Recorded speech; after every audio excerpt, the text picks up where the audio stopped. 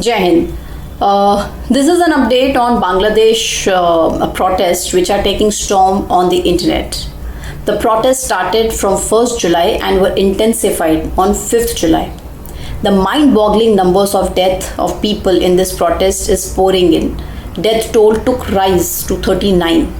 Now it has multiple dimensions to it: political, social, external and even economic. I will cover these dimensions separately.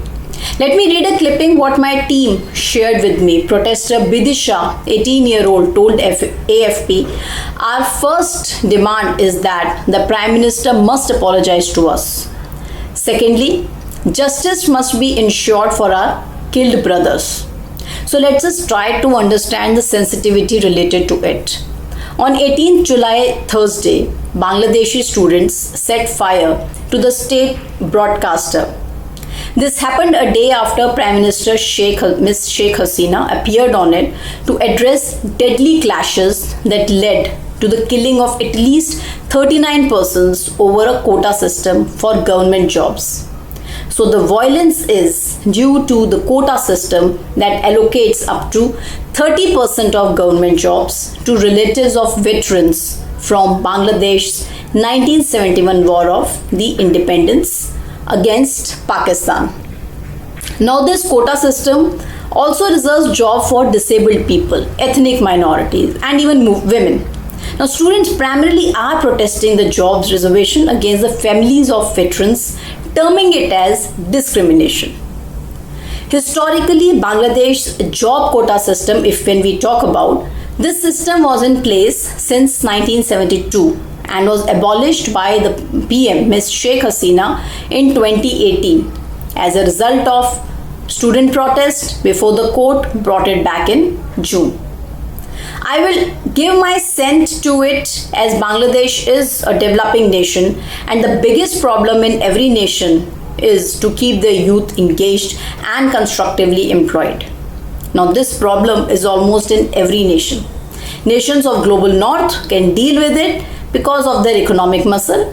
Nations like Bangladesh, they do come with their challenge, and when we touch the social aspect of this issue, what my research tells me, Bangladesh youth population has increased by 15.81% to 4.59 crore in the last decade, as per the recent census, raising the stakes for the government to take measures to make the most of their potential. Youth account for 28% of the population in Bangladesh.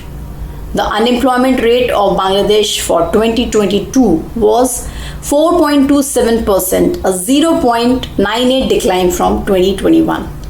Now the economic grievance will always come from youth. Now, most of the jobs are reserved. Youth does come to the streets for protests. I'm not contesting that this is right, but considering the inflation, the unemployment, the number of youth, they might genuinely worry about their future as well. Now I will touch the political angle to it. The controversial winning of the PM, Ms. Sheikh Hasina. From a democracy icon to authoritarian, she has equal share of her dislikes and critics even in her nation apart from US and America or Europe. The election period saw rampant protests, violence and a widespread crackdown on opposition activists, leading to the detention also. Now such rough and rocky start of a regime seems to be continuing. Historically, when we see the history of the PM, she has witnessed the history of the emergence of her nation. She is a daughter of the country's founding father, Sheikh Mujibur Rahman, who led Bangladesh's independence from Pakistan. She was fortunate to have been visiting Europe when most of her family members were assassinated in a military coup in 1975. And the most unfortunate thing with today's youth is they are always disoriented with their history. I will keep it here and I will touch the external influence and the external dimension to it. The elections of Bangladesh were attempted to get highly influenced by the Europe and America. Now, there were many negative influences against the PM, Ms. Sheikh Hasina. Rising frustrations were common.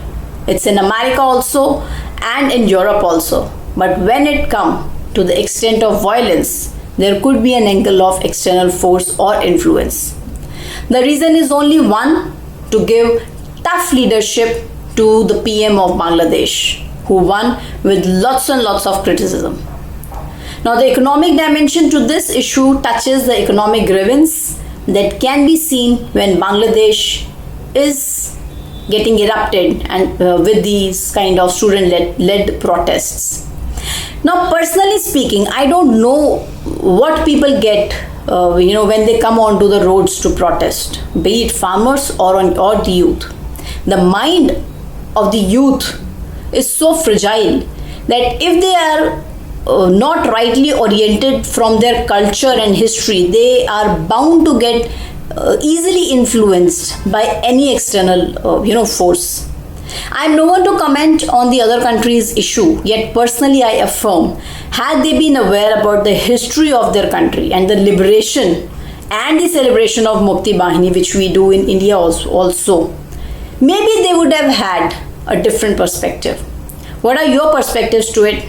Do share in comments. Jai Hind.